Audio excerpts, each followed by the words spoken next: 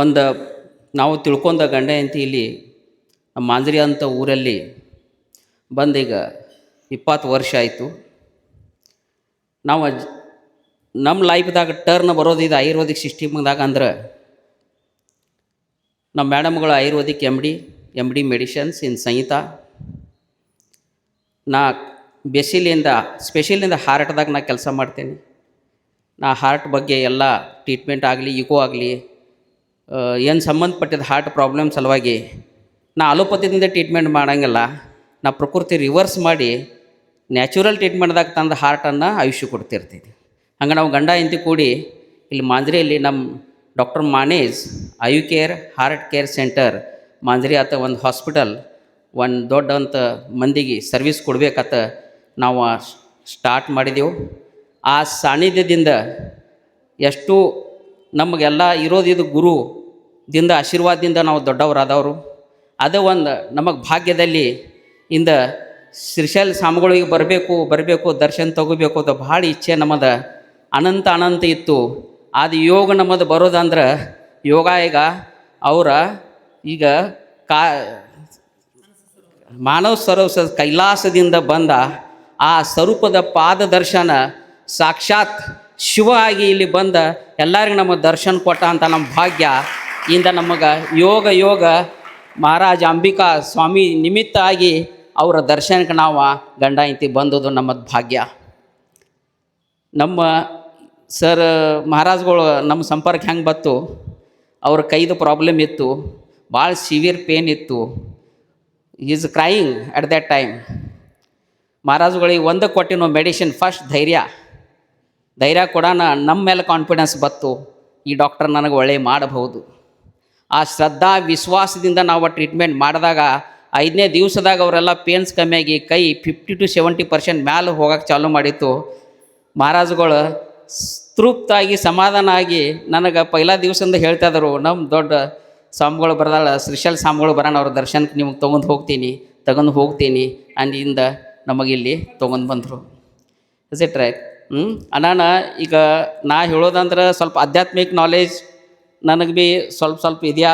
ಆ ಆಧ್ಯಾತ್ಮಿಕ ನಾಲೆಜ್ದಿಂದ ನಾವು ಸ್ವಾಮಿಗಳದಿಂದ ಕನೆಕ್ಷನ್ ನಮ್ಮಲ್ಲಿ ಆಚಾರ್ಯ ಸ್ವಾಮಿಗಳು ಎಲ್ಲ ಜೈನ ಸಮಾಜಗಳು ಎಷ್ಟು ಆಚಾರ್ಯ ವಿದ್ಯಾಸಾಗರ ಮಹಾರಾಜ್ ಹಿಡ್ಕೊಂಡು ಧರ್ಮಸಿಂಗ್ ಮಹಾರಾಜ್, ಅಣಿಕೇಂದ್ರ ಮಹಾರಾಜ್ ಎಲ್ಲರೂ ಪಂಚಕರ್ಮ ಮಾಡ್ಕೊಂಡು ಹೋದರು.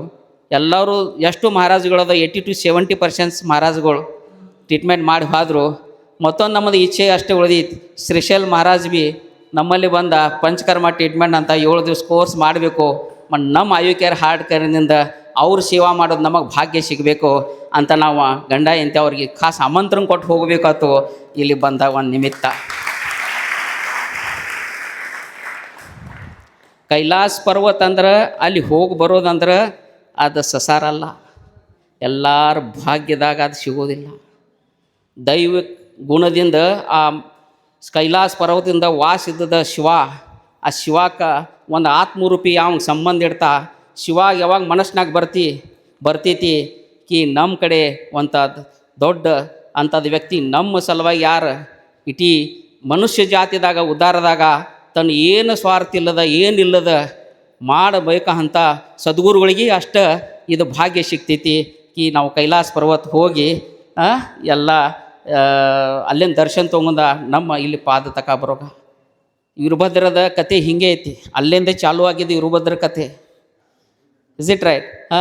ಕೈಲಾಸ ಪರ್ವತದಿಂದ ಹಿಮಾಲಯದಿಂದ ಶಿವ ಬಂದ ಇಲ್ಲಿ ಬಂದ ಒಂದು ಜಾಗೃತ ದೇವಸ್ಥಾನ ಅಂತ ಅದು ಒಂದು ನಮಗೆ ಕೊಟ್ಟು ಹೋಗಿದ್ದು ಒಂದು ಆಧ್ಯಾತ್ಮಿಕ ಹಿಸ್ಟ್ರಿ ಇಲ್ಲಿ ಇದೆ. ಎಲ್ಲರೂ ಪೂರ್ವ ಕಾಲದಾಗ ದಕ್ಷ ರಾಜ ಒಂದು ರಾಜ ಇರ್ತಿದ್ದ. ಅವ್ನು 4 ಹುಡುಗಿಯರ, 4ನೇ ನಂಬರ್ ಹುಡುಗಿದ ಹೆಸರು ಸತಿ. ಆಕಿ ಶಂಕರನ ಪರಂಭಕ್ತ ಮಾಡ್ಕೊಂಡ್ರೆ ಮದ್ವೆ ಶಂಕರನ ಜೋಡಿ ಮಾಡಬೇಕಂತ ಪ್ರಬಲ ಇಚ್ಛಾ. ಆ ಆಕಿ ಭಕ್ತದಿಂದ ಅವ್ರ ಫಾದರ್ ಇಚ್ಛೆ ಇಲ್ಲದ್ರೆ ಭೀ ಆಕಿ ಶಂಕರ ಜೋಡಿ ಭಗವಾನ್ ಮಹಾದೇವ್ ಜೋಡಿ ಮದ್ವೆ ಆಗಾನ. ಅಲ್ಲಿಂದ ಹಿಡ್ಕೊಂಡು ಹಿಸ್ಟ್ರಿ ಇಲ್ಲಿ ತಕ ವೀರಭದ್ರ ತಕ ದೊಡ್ಡ ಕೈಲಾಸ ಪರ್ವತ ಹಿಸ್ಟ್ರಿ ಇದೆ ಇಲ್ಲಿ. ಆ ಇಲ್ಲಿ ಹೋಮ ಈ ಭಾಗದಾಗ ದೊಡ್ಡ ಪ್ರಮಾಣದಾಗ ದಕ್ಷ ರಾಜ ಅಂತ ಹೋಮ ಅದು ಮಾಡೋ ಸಲುವಾಗಿ ಸತಿಗೆ ಆಮಂತ್ರಣ ಇಲ್ಲಾಗಿತ್ತು. ಇಲ್ಲಾದ್ರೆ ಆಮಂತ್ರದಾಗ ಭೀ ಆಕಿ ಇಲ್ಲಿ ಬರ್ತಾಳು. ಅವಾಗ ಹೇರುತ್ತಿರ್ತ ಮಹಾದೇವ್ ಹೋಗಬೇಡ ಅಲ್ಲಿ ಅವ. ಅಷ್ಟಾದ್ರೆ ಭೀ ಆಕಿ ಬಂದ ಇಲ್ಲಿ ಹೋಮಕ್ಕೆ ಬರಾನ ಆಕಿ ಅಪಮಾನಿಸ್ಬೋದು ವಾಗ್ನೂಕ ಆಗಾನ. ಆಕಿ ಹೋಮದಾಗ ಜಿಗಿತಾಳು. ಆ ಹೋಮದಾಗ ಜಿಗಾನ ಬಸವನ ಆಕಿಗೆ ರಕ್ಷಣಕ್ಕೆ ಇರ್ತಾ. ಆ ಬಸವನ ಅಂತ ನಾನು ನಮ್ಮ ಒಂದು ರಕ್ಷಣೆ ಮಾಡಲಿಲ್ಲ ಅನಾದ್ರೆ ಭೀ ಅದು ಬಸವನ ಗುಡಿದಾಗ ಬಸವನದ ಮುಖ ಹಿಂಗಿಲ್ಲ, ಏನಾದ್ರೂ ಭೀ ಮುಖ ಹಿಂಗಿದೆ. ಇಲ್ಲಿ ಯಡೂರದಾಗ ಒಂದು ಮಂದಿರ ಐತೆ, ಬಸವಣ್ಣನ ಮುಖ ಹಿಂಗಿದೆ, ಹಿಂಗೆ ಸರಳ ಇಲ್ಲ. ಅದು ಹಿಸ್ಟ್ರಿ ತೋರಿಸ್ತೈತಿ. Is it right? After that ನಮ್ಮ ಸತಿದಂಗೆ ಹೋಗೋಣ ಶಂಕರ ತಿಳಿತೈತಿ. ನಮ್ಮ ಸತಿ ಹ್ಯಾಂತಿ ಹೋಮದಾಗ ಜಗದ್ದಾಳ. ಅವಾಗ ಅವನು ಕ್ರೋಧ ಉತ್ಪನ್ನ ಆಗಿ ತಾಂಡವ ರೂಪ ಆಗಿ ಕೋಪೇಶ್ವರ ಅಂತ ಖಿದ್ರಾಪುರದಾಗ ಬಂದ. ತಾಂಡವ ಮಾಡಿ ಅಲ್ಲಿ ಅವನ ಜಟದಾಗಿಂದ ಒಂದು ಚಂದ್ರಾಮ್ ಜಿಗದು ಹೋಗ್ತೈತಿ. ಅದು ಚಂದ್ರೇಶ್ವರ ಆಗಿ ಚಂದ್ರಗೂರು ಬಂದೈತಿ. Is it right? ಅವ ರುದ್ರಾಕ್ಷಿ ಜಗದ, ರುದ್ರಾಕ್ಷಿದಿಂದ ರುದ್ರ ಅವತಾರ ತೆಗದ, ವೀರಭದ್ರ ಆಗಿ ಯಡೂರಕ ಅವತಾರಿಸಿದ್ರು. ಅದ ಕ್ಷಣದಾಗ ಬಂದ ಫಸ್ಟ್ ದಕ್ಷ ರಾಜಾಗ ರುಂಡ ಹಾರಿಸಿಬಿಡ್ತಾರೆ. ಅದು ಕೋಪದಿಂದ ಬಂದದ ಶಾಂತಿ ಮಾಡೋ ಸಲುವಾಗಿ ವಿಷ್ಣು ಅಂತ ಬರ್ತಾರೋ. ವಿಷ್ಣು ಸ್ತಂಭ ಕೋಪೇಶ್ವರದಾಗ ಏನಾದ್ರೂ ಭೀ ಒಂದು ಲಿಂಗ ಸೈಡ್ಕ ಒಂದು ವಿಷ್ಣು ಸ್ತಂಭ ಇದೆ. ಅವ್ರು ಬಂದ ಶಾಂತಿ ಮಾಡಿಸ್ತಾರೋ. ಆಮೇಲೆ ಅವ್ನು ಸತಿಗೆ ತೊಗೊಂಡ ಎಲ್ಲ ಕಡೆ 12 ವರ್ಷ ತಿರುಗಾಡ್ತಿರ್ತಾರೋ. ಅವಾಗ ಇವು 56 ಪಿಂಡಗಳು ಆಗ್ತಾವೆ. ಬ್ರಹ್ಮ ವಿಷ್ಣು ಕೂಡಿ ಎಲ್ಲರೂ ಇದಕ್ಕೆ 56 ಪಿಂಡ್ ಮಾಡಿ ಅಂಥದ್ದು ಆಧ್ಯಾತ್ಮಿಕ ಇದು ಕಥೆದಿಂದ ಇದ್ದಿದ್ದ ಜಾಗೃತ ದೇವಸ್ಥಾನ ನಮ್ಮ ಕೋಪೇಶ್ವರ, ಚಂದ್ರೇಶ್ವರ, ವೀರಭದ್ರೇಶ್ವರ, ಪಂಚಲಿಂಗೇಶ್ವರ, ಪರಮೇಶ್ವರ ಗುಡೇಶ್ವರ ಇವು ಒಂದೇ ಕಾಲನೂ ಜಾಗೃತಿ ಇದ್ದದ. ದೇವರು ಬಂದದ ವಾಸ, ದೇವರು ಬಂದು ಹೋಗಿದ್ದದ ವಾಸ. ಅಂಥದ್ದಾಗ ನಮ್ಮ ಶ್ರೀಶೈಲ ಸ್ವಾಮಿಗಳು ಹೋಗಿ ಆ ಪಾದ ದರ್ಶನ ನಮಗೆ ಸಿಗೋದ ಇಲ್ಲಿ ಭಾಗ್ಯ. ಅಂದ್ರೆ ನಾವು ಅದ್ಭುತ ಅಂತ ತಿಳ್ಕೊಬೇಕು. ಇಂದ ಅವ್ರದ ತಿಂದ ತೀರ್ಥನ ನಾವು ಈಗ ಸಮರ್ಪಿತ ಮಾಡೋಣ.